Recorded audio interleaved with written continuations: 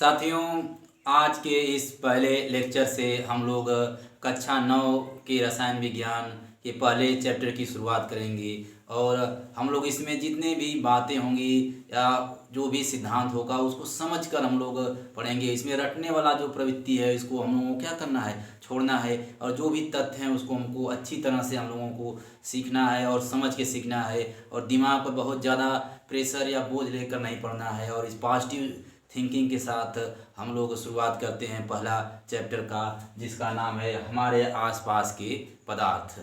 हमारे आसपास असंख्य वस्तुएं आप लोग देखते हैं, जैसे इसमें पेड़ पौधे, मकान और पत्थर और भी बहुत वस्तुएं इसमें हैं। तो इसमें कुछ वस्तुएं क्या होती हैं, दिखाई देती हैं। तो जो वस्तुएं दिखाई देती हैं उनको क्या कहा जाता है, दृश्य वस्तुएं। और कुछ वस्तुएं जो हमको दिखाई नहीं देती हैं, केवल उनका हम अनुभव करते हैं, ऐसी वस्तुओं को क्या कहेंगे, अदृश्य वस्तुएं। जैसे जो वायु है वह अदृश्य वस्तु है, या क्या इसको केवल हम अनुभव करते हैं। इसी तरह से अब जो भी वस्तुएं इसमें हैं, या ध्यान से देखा जाए तो वो क्या होती हैं, कुछ स्थान घेरती हैं, उनमें कुछ आयतन होता है, और जिनका अनुभव हम क्या करते हैं, अपनी ज्ञान इंद्रियों द्वारा करते हैं। तो ऐसे ही पदार्थों को, ऐसे अवयवों को विज्ञान की भाषा में द्रव्य कहा गया।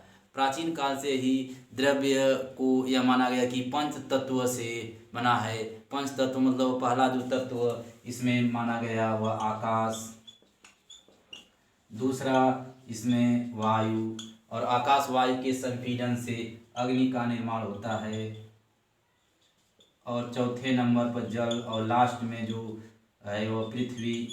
इस तरह से पंच तत्व की संकल्पना की गई है। अब जो द्रव्य है इसमें आधुनिक जो परिभाषा में यह बताया गया कि जो द्रव्य, मैटर बोलेंगे इसको अंग्रेजी में, जो स्थान घेरता है, जिसमें आयतन हो और जिसका अनुभव हो अपने ज्ञानेंद्रियों द्वारा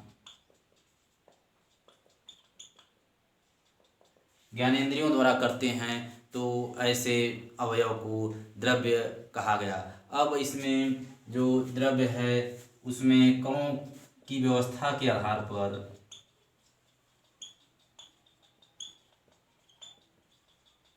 या भौतिक गुणों के आधार पर तीन भागों में बांटा गया।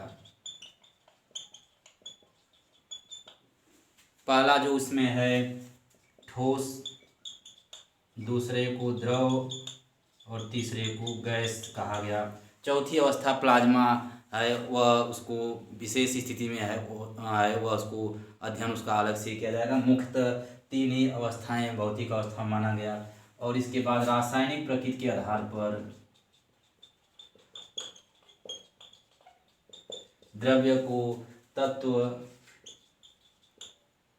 यौगिक और मिश्रण में बांटा गया। अब द्रव्य से संबंधित जो कुछ जो तथ्य हैं या जो परिभाषाएं हैं उसको हम लोग देख लेते हैं।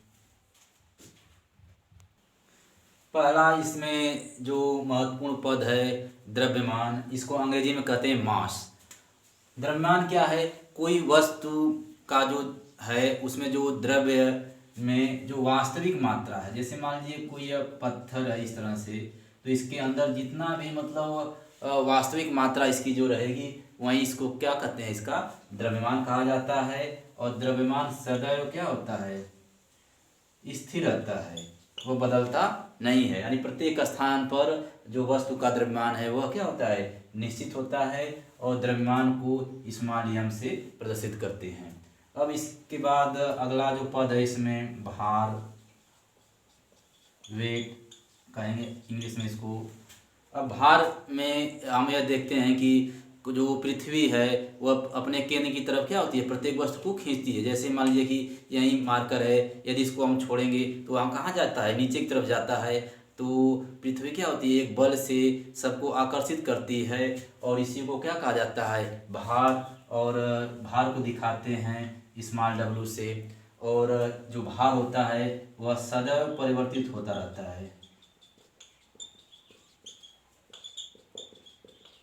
यानी स्थान यदि आप बदल देंगे तो वस्तु का भार क्या हो जाता है, बदल जाता है। जबकि द्रव्यमान क्या है, द्रव्यमान सदैव क्या होता है, निश्चित रहता है, वह बदलता नहीं है। अब भार में यदि किसी वस्तु को पृथ्वी से ऊपर ले जाएंगे या पृथ्वी के नीचे ले जाएं, जैसे कोई सुरंग उरंग है, कुआं है, तो सदैव क्या होता है, जी का मान जो गुरुत्वीय त्वरण है वह क्या होता है, घटता है। अब पृथ्वी पर यदि किसी वस्तु का भार 600 केजी है, तो यदि इसको चंद्रमा पर ले जाए वस्तु को, तो जो गुरुत्वीय त्वरण है, पृथ्वी के गुरुत्वीय त्वरण का जी 1/6वां भाग रह जाता है। अर्थात यदि वस्तु का द्रव्यमान कितना है, 600 केजी पृथ्वी पर है, तो जो भार है वह चंद्रमा पर कितना हो जाएगा, 100 केजी हो जाएगा। तो जो पृथ्वी पर जो भार है वह कितना आएगा, 600 केजी, और चंद्रमा पर कितना हो जाएगा, 1/6 भाग गुरुत्वीय त्वरण हो जाता है, तो वह कितना बच जाएगा, 100 केजी। लेकिन जो द्रव्यमान है वह द्रव्यमान पृथ्वी पर 600 केजी है, तो चंद्रमा पर भी 600 केजी होगा। बस ध्यान ही रखना है कि जो भार है वह क्या होता है, वह बदलता है। किसके कारण, क्योंकि गुरुत्वीय त्वरण स्थान परिवर्तन के साथ क्या होता है, बदलता रहता है। तो अब जो भार है इसमें आप लोगों को ध्यान होगा कि जो पृथ्वी के अपने केंद्र की तरफ जिस बल से आकर्षित करती है उसी को क्या कहते हैं, भार। और W बराबर mg यह सूत्र होता है कि m क्या है, वस्तु का द्रव्यमान, और g क्या है, गुरुत्वीय त्वरण। अब हम लोग देख लेते हैं द्रव्यमान तथा भार में क्या संबंध होता है। द्रव्यमान तथा भार में क्या संबंध है, इसको एक बार फिर हम लोग रिवाइज कर लेते हैं कि यदि किसी वस्तु का द्रव्यमान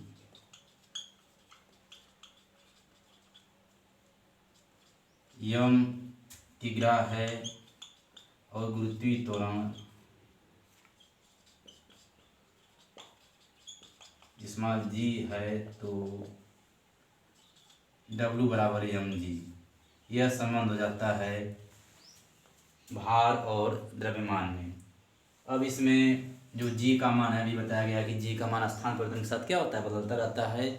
और यदि पृथ्वी से नीचे आएंगे तो भी g का मान घटेगा, ऊपर जाएंगे तभी g का मान घटता है। और अंतरिक्ष में जो g का मान होता है वह शून्य हो जाता है, जी का मान शून्य हो जाएगा। किस स्थिति में, अंतरिक्ष में हम जाएंगे तो जी का मान क्या हो जाएगा, शून्य हो जाएगा।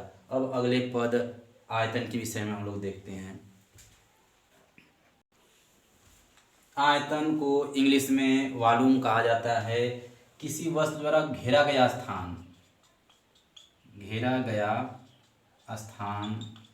वही क्या कहा जाते हैं, आयतन कहा जाता है। और इसको जो प्रदर्शित किया जाता है भी से, यानी अंग्रेजी का जो पहला अक्षर वॉल्यूम है उसी से इसको प्रदर्शित किया जाता है। यानी किसी वस्तु द्वारा जो घेरा गया आयतन है वह उसका क्या कहलाएगा, आयतन कहलाएगा। और इसको भी से प्रदर्शित करते हैं। अगला जो पद है इसमें ऊर्जा। ऊर्जा के विषय में क्या है, तो ऊर्जा को हम अंग्रेजी में कहते हैं एनर्जी।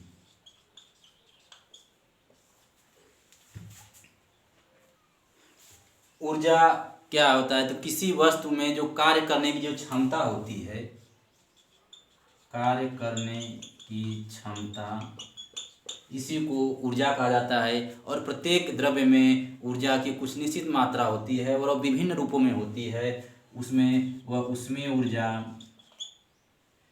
गतिज ऊर्जा,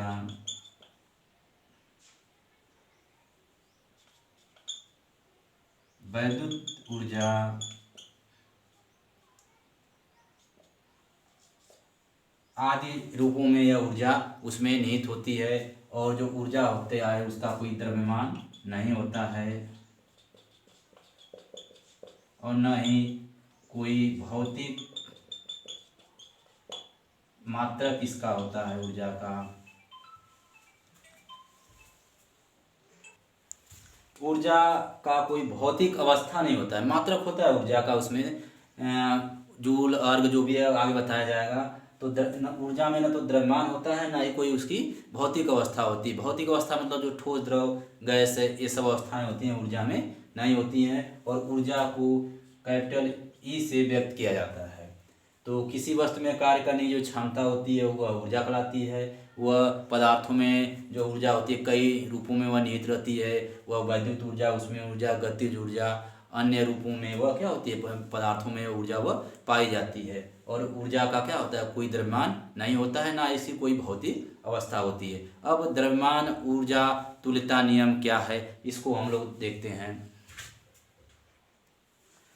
द्रव्यमान ऊर्जा तुल्यता नियम में थोड़ा सा इसमें ध्यान देंगे तो यह द्रव्यमान ऊर्जा के तुल्य, मतलब द्रव्यमान को ऊर्जा में हम लोग क्या कर सकते हैं, बदल सकते हैं। इसके लिए एक वैज्ञानिक थे आइंस्टीन, इन्होंने एक समीकरण दिया कि यदि किसी वस्तु का द्रव्यमान m हो और उसमें जो ऊर्जा E है तो E बराबर mc² का इन्होंने फार्मूला दिया। और जहाँ c क्या आता है 3×10⁸ मीटर प्रति सेकेंड, और यह प्रकाश का वेग है। इसका अर्थ यह है कि यदि कोई वस्तु का द्रव्यमान है और उसको इतने वेग से यदि हम उसको गति दे दें तो वह उसमें से क्या हो जाएगा, वह ऊर्जा में वह परिवर्तित होने लगता है। तो इस तरह से द्रव्यमान ऊर्जा तुल्यता नियम को ध्यान रखेंगे कि द्रव्यमान को ऊर्जा में भी क्या किया जा सकता है, परिवर्तित किया जा सकता है। अब हम लोगों ने जितनी भी बातें आज इस लेक्चर में सीखी उसको एक बार हम लोग क्विक रिवीजन हम लोग जल्दी से उसका कर लेते हैं। द्रव्य पदार्थ, अंग्रेजी में इसको मैटर कहेंगे। द्रव्य ब्रह्मांड का वह अवयव है जिसमें द्रव्यमान तथा आयतन होता है। इसमें क्या होगा, द्रव्यमान और आयतन, जिसका अनुभव हम अपने ज्ञान इंद्रियों द्वारा कर सकते हैं। जैसे जल, वायु, लकड़ी, हीरा, ये सब पदार्थ किस में आ जाएंगे, द्रव्य में आ जाएंगे। अब अगला इसमें एडिंग है द्रव्यमान, अंग्रेजी में इसको मास कहेंगे। तो किसी वस्तु में उपस्थित द्रव्य की वास्तविक मात्रा, जो उसकी एक्चुअल उसकी जो मात्रा होती है वह क्या कहलाती है, उसका द्रव्यमान कहलाती है। इससे किससे व्यक्त कर देंगे, स्मॉल यम से। और ध्यान ही रखना है कि द्रव्यमान सदैव क्या होता है, निश्चित होता है, वह बदलता नहीं है। भार, वेट, पृथ्वी अपने केंद्र की ओर जिस बल द्वारा आकर्षित करती है उसे ये क्या कहते हैं, भार। और भार को W से प्रदर्शित किया जाता है। और इसमें ध्यान देना है कि स्थान परिवर्तन के साथ जो भार होता है वो क्या होता है, बदलता रहता है, वह चेंज होता रहता है। द्रव्यमान तथा भार में संबंध ये होता है W बराबर mg, जहाँ W क्या है, भार है, m द्रव्यमान और g गुरुत्वजनित त्वरण है।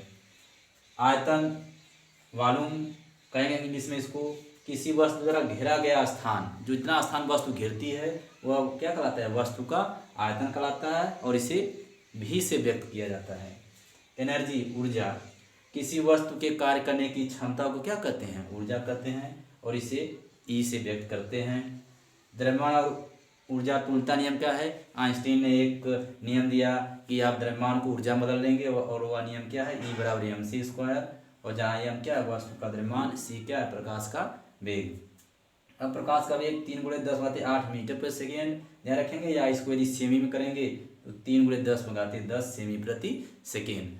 तो इस तरह से पहले लेक्चर में ये सब बातें हम लोगों ने सीखा। दूसरे लेक्चर में हम लोग देखेंगे पदार्थ की अवस्थाएं क्या होती हैं, उनका विस्तार पूर्वक अध्ययन किया जाएगा।